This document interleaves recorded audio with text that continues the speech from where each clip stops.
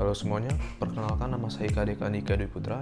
Saya dari kelas 11 IPS 4. Di sini saya akan menjelaskan mata pelajaran PKN, yaitu bab 5 tentang mewaspadai ancaman terhadap NKRI. Oke, yang pertama-tama yang harus Anda ketahui itu apa itu ancaman. Ancaman adalah sebuah kegiatan atau usaha yang membahayakan dari isi negara itu tersebut. Nah, ancaman ini juga dibagi lagi menjadi dua. Ada ancaman militer, kemudian ancaman non-militer. Pertama, ancaman militer. Ancaman militer adalah ancaman yang menggunakan persenjataan dan sudah terstruktur atau terorganisasi. Dan ini mempunyai potensi yang dapat membahayakan sebuah negara dan seisi keamanannya serta keselamatannya.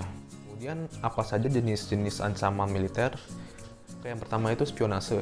Spionase adalah sebuah kegiatan atau usaha dalam mencuri data-data penting dari sebuah perusahaan. Kemudian ada teror bersenjata, yaitu sebuah kegiatan dalam menggunakan persenjataan sebagai ancaman untuk sebuah kedaulatan negara. Kemudian yang ketiga yaitu sebuah agresi. Agresi adalah sebuah kegiatan yang dapat mengancam atau isi dari negara tersebut dan memperoleh sebuah kedaulatan.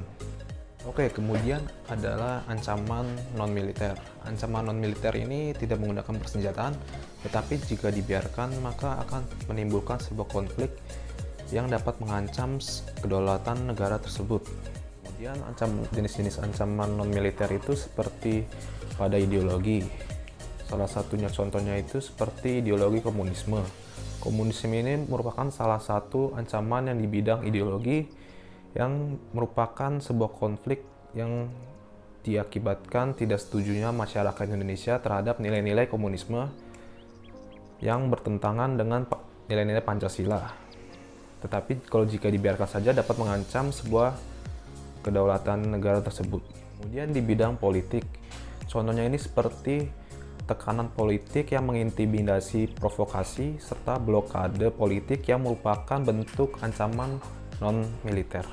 Kemudian untuk strategi mengatasinya di bidang politik dan ideologi itu, yang pertama itu harus mengedepankan demokrasi, kemudian kebebasan, kemudian ada menegakkan supremasi hukum, dan kemudian keterbukaan, dan terakhir itu hak asasi manusia.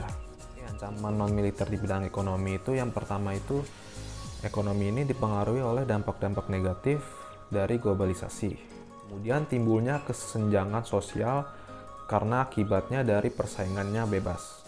Untuk mengatasi ancaman non-militer di bidang ekonomi itu, yang pertama itu harus memperkuat produksi domestik dalam negeri. Yang kedua itu kita harus mengutamakan barang-barang lokal. Yang ketiga itu kita harus tidak bergantung pada badan multilateral seperti IMF, Bank Dunia, dan WTO. Kemudian ancaman non-militer di bidang sosial budaya, yang pertama itu ada gaya hidup yang konsumtif yang mengikuti adat tata cara luar negeri. Kemudian itu dari sikap individualisme, ada westernisasi, kemudian ada memudarnya solidaritas gotong royong, kemudian untuk luntur-lunturnya nilai agama serta adat istiadat. Oke, untuk mengatasi ancaman non-militer di bidang sosial budaya, yang pertama itu kita harus selektif dalam memilih budaya.